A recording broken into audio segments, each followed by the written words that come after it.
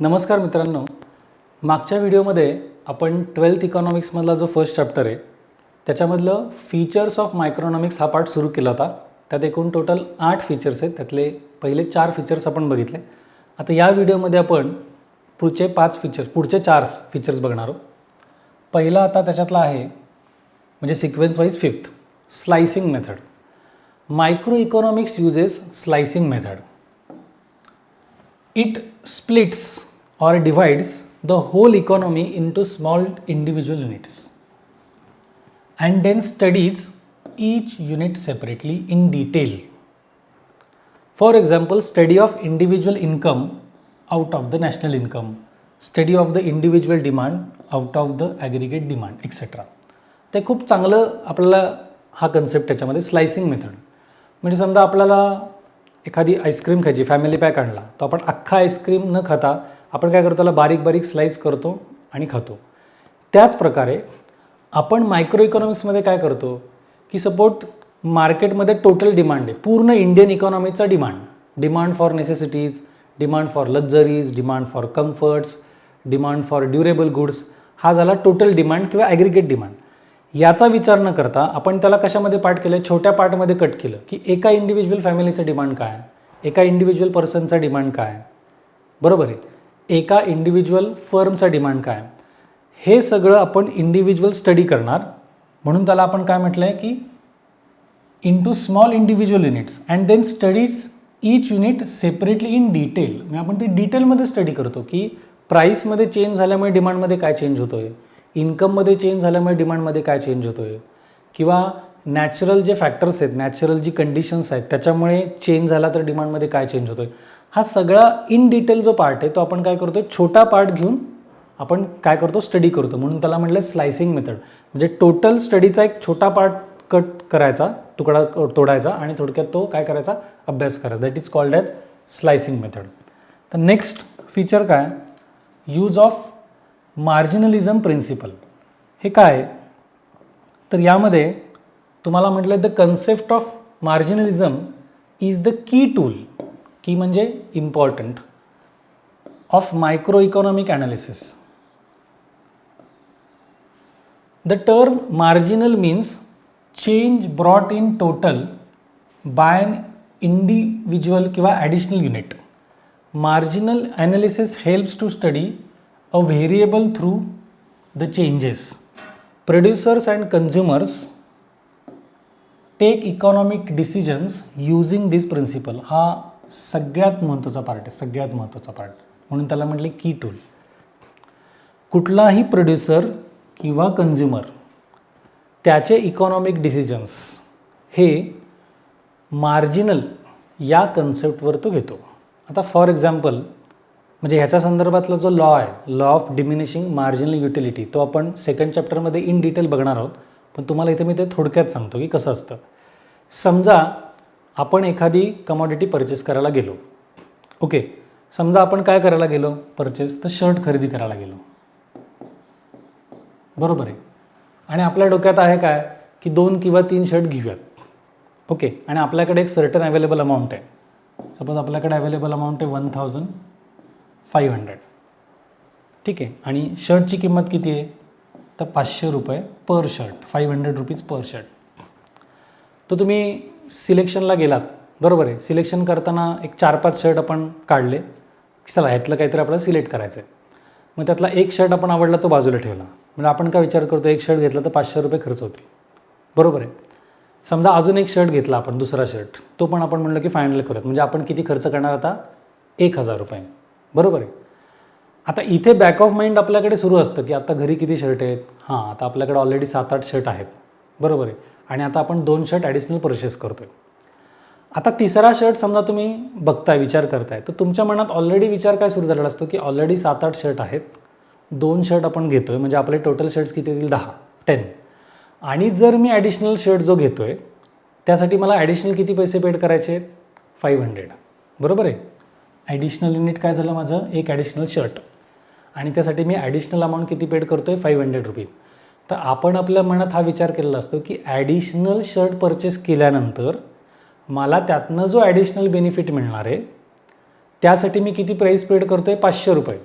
जर मला असं वाटलं की नाही तेवढा काय फायदा नाही, ऑलरेडी 8 शर्ट आहेत, अजून 2 घेणार आहेत आणि अजून एक घ्यायचा, तेवढा त्याचा उपयोग नाही, म्हणजे काय केलं आहे, त्या ॲडिशनल शर्टमधून, त्या ॲडिशनल युनिटमधून मिळणारं मार्जिनल सॅटिस्फॅक्शन, मिळणारं ॲडिशनल सॅटिस्फॅक्शन हे आपण कशाशी कंपेअर केलं, आपण करत असलेला ॲडिशनल खर्च, आणि अशाशी कंपेअर करून आपण आपला इकॉनॉमिक डिसिजन घेतो. काय इकॉनॉमिक डिसिजन घेतो, whether to purchase third shirt or not. लक्षात येत आहे. त्याच प्रकारे प्रोड्युसर पण विचार करतो. प्रोड्युसर काय विचार करणार की सपोज त्याला 1000 युनिट्स तो आत्ता मॅन्युफॅक्चर करतो, 1000, बरोबर आहे, आणि 1000 युनिट्स मॅन्युफॅक्चर करायला किंवा प्रोड्यूस करायला त्याला सपोज 50,000 रुपये खर्च येतो, फॉर एक्झाम्पल. आता त्याने असा विचार केला की आपण आपलं प्रोडक्शन वाढवूयात, 1000च्या ऐवजी 1200, 1500, 1700, 1800 करूयात. So he wants to increase the number of production. Okay, मग तो काय विचार करतो की समजा मी 100 ॲडिशनल युनिट्स प्रोड्यूस केले. If he wants to manufacture or produce additional 100 units असं त्यांनी ठरवलं, तर त्याला ॲडिशनल युनिट्स प्रोड्यूस करण्यासाठी ॲडिशनल खर्च करावा लागेल. जो ॲडिशनल खर्च आहे त्याला म्हणतात मार्जिनल कॉस्ट. त्याला काय म्हणतात, मार्जिनल कॉस्ट. आणि ॲडिशनल युनिट प्रोड्यूस केल्यानंतर ते ॲडिशनल युनिट सेल केले तर त्याला तो रेव्हेन्यू मिळेल, जे रिटर्न्स मिळतील त्याला म्हणतात मार्जिनल रेव्हेन्यू.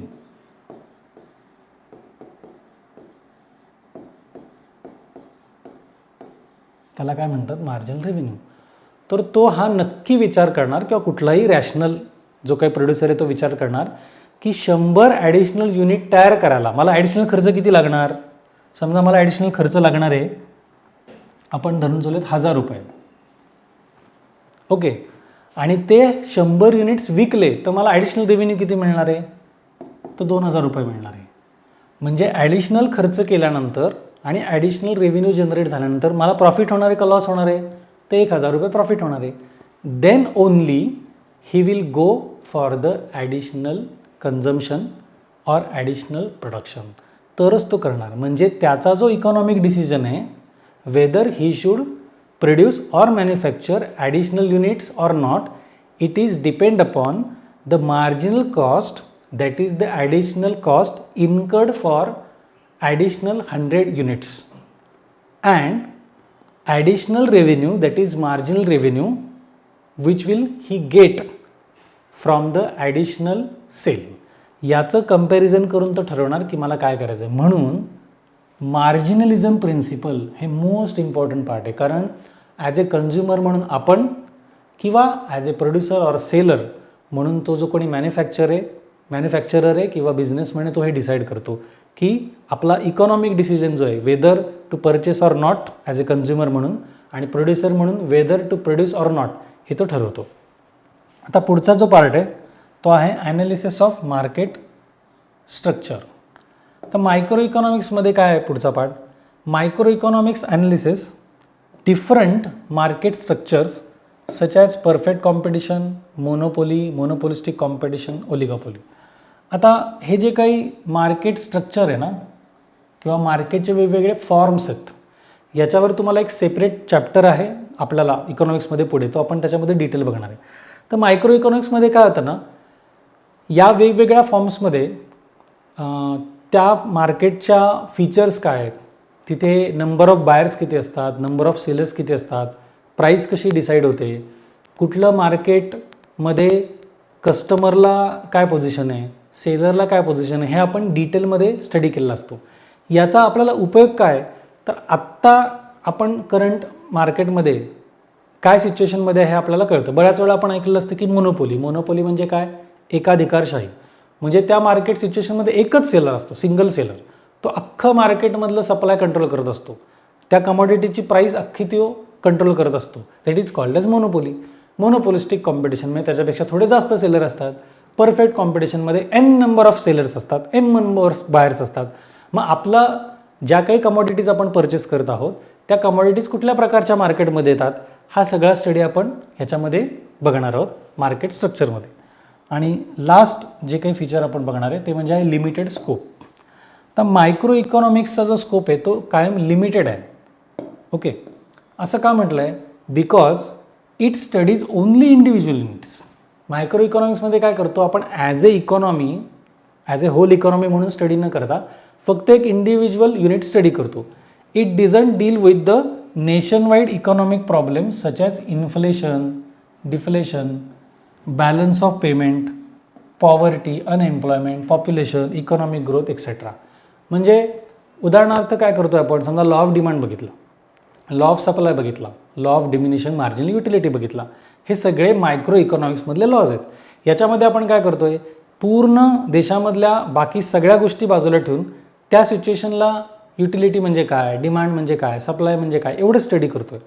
पण आपण जेव्हा ॲज ए होल इकॉनॉमी म्हणून बघणार तर इकॉनॉमीचे प्रॉब्लेम्स काय असतात जे आपण 11मध्ये पण बघितलेलं आहे की अनएम्प्लॉयमेंट आहे, पॉवर्टी आहे, इन्क्रीजिंग पॉप्युलेशन आहे किंवा इन्फ्लेशन आहे, डिफ्लेशन आहे. हे सगळे प्रॉब्लेम्स मायक्रो इकॉनॉमिक्सच्या अंडर येतच नाही. ते सगळे कशाच्या अंडर येतात? मॅक्रोमध्ये. म्हणून त्याचा जो स्कोप आहे तो काय लिमिटेड आहे. ते आपण थोड्यापुरता आपण बघितलेला आहे. येतं आहे लक्षामध्ये? म्हणजे आता उदाहरणार्थ कोरोनाच्या काळात आपण बघितलं की 2 वर्षांमध्ये बऱ्याच जणांचा रोजगार गेला, त्यांचं अनएम्प्लॉयमेंट वाढली. आता हा जो काही मेजर आपल्या इकॉनॉमीसमोर असलेला प्रॉब्लेम आहे हा प्रॉब्लेम मायक्रो इकॉनॉमिक्सच्या अंडर येतच नाही, तो मॅक्रोच्या अंडर येतो. म्हणून त्याचा स्कोप काय? लिमिटेड म्हणलं आहे. ओके, तर आपण आता या व्हिडिओमध्ये फीचर्स ऑफ मायक्रो इकॉनॉमिक्सचे जे राहिलेले 4 फीचर्स होते ते आपण इन डिटेल बघितलेले आहेत. हा व्हिडिओ तुम्हाला सगळ्यांना आवडला असेल तर नक्की लाईक करा, तुमच्या फ्रेंड्सला शेअर करा, त्याचबरोबर सबस्क्राईब करा आणि बेल आयकॉन जे आहे ते क्लिक करा, जेणेकरून नवीन नवीन व्हिडिओ जेव्हा अपलोड होतील ते तुम्हाला कळतील. त्याचबरोबर आठवणीने तुम्ही कमेंट करा की तुम्हाला व्हिडिओ कसा वाटला, त्यात अजून काय इम्प्रूव्हमेंट करायला पाहिजे हे आम्हाला नक्की सांगा. त्याप्रमाणे आपण पुढच्या व्हिडिओजमध्ये तशा इम्प्रूव्हमेंट्स करू शकू. व्हिडिओ संपल्यानंतर तुम्हाला डिस्क्रिप्शनमध्ये एक लिंक दिली, त्या लिंकवर तुम्ही क्लिक केलं की तुम्ही आपल्या पोर्टलला जाल. या पोर्टलला गेल्यानंतर तुम्हाला एनरोल करायचं आहे. एनरोल केल्यामुळे तुम्हाला काय होणार आहे? हा जो 12th इकॉनॉमिक्सचा पूर्ण कोर्स आहे तो कोर्स आपण अशाच प्रकारे चांगल्या व्हिडिओजमध्ये तुम्हाला डिटेलमध्ये सिम्पल लँग्वेजमध्ये एक्सप्लेन केलेला आहे, जेणेकरून तुम्हाला तो सब्जेक्ट खूप चांगल्या प्रकारे शिकता येईल, रिप्रोड्यूस करता येतील आणि तुम्हाला चांगल्या प्रकारे मार्क्स तुम्हाला एक्झाममध्ये मिळू शकतील. त्यामुळे तुम्ही लिंकवर नक्की क्लिक करा. ह्या व्हिडिओज रेकॉर्ड करताना आपण एक काळजी घेतलेली अशी आहे की व्हिडिओज अर्धा तास, 1 तास, 1.5 तास असे जास्त लेंथचे ठेवलेले नाही आहेत.